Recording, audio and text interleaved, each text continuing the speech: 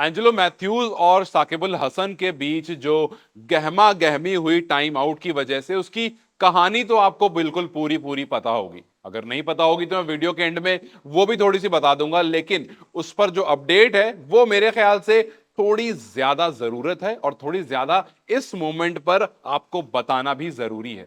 कि वो इसलिए क्योंकि जब से साकिब अल हसन ने एंजेलो मैथ्यूज को टाइम आउट करा है, टाइम आउट जो रूल आईसीसी के द्वारा है लेकिन कभी भी इंटरनेशनल क्रिकेट में यूज नहीं किया गया था किसी भी कप्तान के द्वारा, जब से आपको श्रीलंका और बांग्लादेश का वो मैच हुआ वर्ल्ड कप में और जब वो रूल यूज हुआ, उसके बाद एंजेलो मैथ्यूज तो बहुत गुस्से में थे। एंजेलो मैथ्यूज ने उसके बाद बोला भी था कि जी, जिस तरह से साकिब अल हसन ने ट्रीट किया है, जिस तरह से पूरी टीम ने मेरे अगेंस्ट वो प्लानिंग करके, बिकॉज हुआ कुछ ऐसा ही था क्योंकि साकिब ने मैच के बाद बताया कि मेरे पास एक मेरे प्लेयर ने आकर के मुझे बताया कि अगर आप अभी अपील करेंगे तो इन्हें आउट दे दिया जाएगा। तो उसके बाद साकिब ने अपील की थी, तो एंजेलो मैथ्यूज ने कहा कि मैंने कभी नहीं सोचा था कि कोई टीम टीम का कोई कप्तान इतना नीचे तक गिर सकता है। जी हाँ, क्योंकि उसमें उन्होंने कहा था कि I I never thought that a player can stoop so low, कि कोई इंसान इतना नीचे गिर सकता है आपके एक विकेट लेने के लिए। खैर, ये तो बात थी, उसकी कहानी थोड़ा और बाद में बताऊंगा, लेकिन पहले आते हैं मुद्दे पर।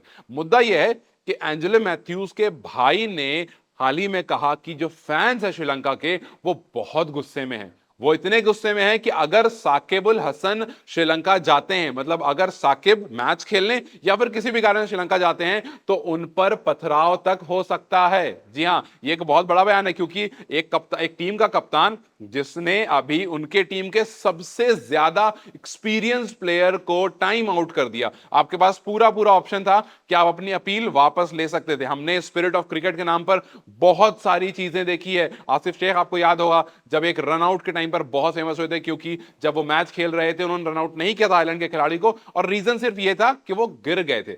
वो विकेट कीपर है, उन्होंने रन आउट नहीं किया था, नेपाल के विकेट कीपर है वो।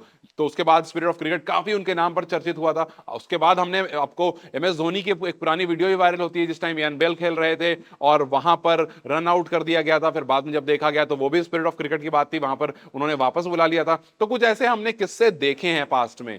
लेकिन जब साकिब अल हसन ने ये टाइम आउट वाली अपील करी, तो उसके बाद सिर्फ एंजेलो मैथ्यूज ही नहीं, पूरे की पूरी श्रीलंका टीम काफी ज्यादा गर्म हो गई थी, काफी ज्यादा साकिब अल हसन पर और पूरी ही पूरी टीम पर। क्योंकि मैच के बाद जो एक फॉर्मेलिटी होती है कि दोनों टीम के प्लेयर आते हैं, हाथ मिलाते हैं और उसके बाद वापस जाते हैं, वो भी नहीं करा था। जी हाँ, श्रीलंका टीम के खिलाड़ी ने साफ साफ इनकार कर दिया था कि हम इस टीम के प्लेयर से हाथ भी नहीं मिलाना चाहते हैं। तो नो हैंडशेक। उसके बाद आपको बांग्लादेश टीम ने खुद में आपस में हाथ मिलाकर वो चले गए थे। तो जब एक हेलमेट के मामले पर उनका हेलमेट, आपको मैं बताया तो मामला क्या था, तो हेलमेट का हुआ कुल मिलाकर यह था कि एक विकेट गिरती है, एंजेलो मैथ्यूज वापस आते हैं। जब एंजेलो मैथ्यूज क्रीज पर आते हैं तो उनके हेलमेट का स्ट्रैप टूट जाता है, और स्ट्रैप टूटने की वजह से जब वो टाइट कर रहे होते हैं तो स्ट्रैप टूटता है।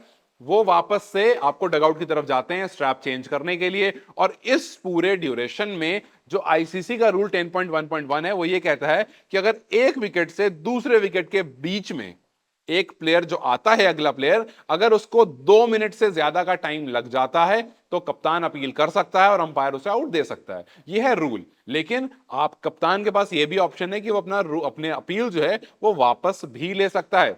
और वहां पर इरास्मस जो कप्तान, वहां पर अंपायर खड़े थे, वो गए थे साकिब के पास, उन्होंने पूछा था कि जी क्या आप सीरियस हैं, आप अपना जो अपील है वो वापस ले सकते हैं, क्योंकि वो जेन्युइन केस था। उसका हेलमेट, आपको एंजेलो मैथ्यूज का हेलमेट का स्ट्रैप टूट गया था, और उस केस में कोई भी प्लेयर होता तो वो कोई प्लान चीज नहीं थी कि वो खास करके देर करवाना चाह रहे थे। खैर, ये तो स्टोरी थी, मैंने सोचा आपको बताऊं क्योंकि जो एंजेलो मैथ्यूज के भाई ने बात कही है ये बताता है कि श्रीलंकन टीम कितना ज्यादा गुस्से में और श्रीलंकन फैंस कितना ज्यादा गुस्से में। उम्मीद करते हैं कि साकिब का कुछ बयानबाजी आएगी, साकिब के कुछ बयान आएंगे और उसके बाद जो फैंस है वो थोड़ा काम डाउन होंगे, क्योंकि जो साकिब ने किया है बहुत सारे लोग उसको उस पर बहुत निंदा कर रहे हैं। साकिब को उस डिसीजन के साथ नहीं है, लेकिन साकिब ने साफ साफ कहा था कि मुझे ऐसा लगा कि मैं वॉर में हूं और वॉर में सारे रूल्स, सब कुछ जायज होता है और मैंने वही किया। तो अपने हिसाब से वो अभी भी अपने आप को गलत नहीं मानते हैं। आपको क्या लगता है, क्या वाकई साकिब गलत थे, या फिर क्या वाकई श्रीलंका के फैंस के सामने साकिब को माफी मांगनी चाहिए इस गलती के लिए?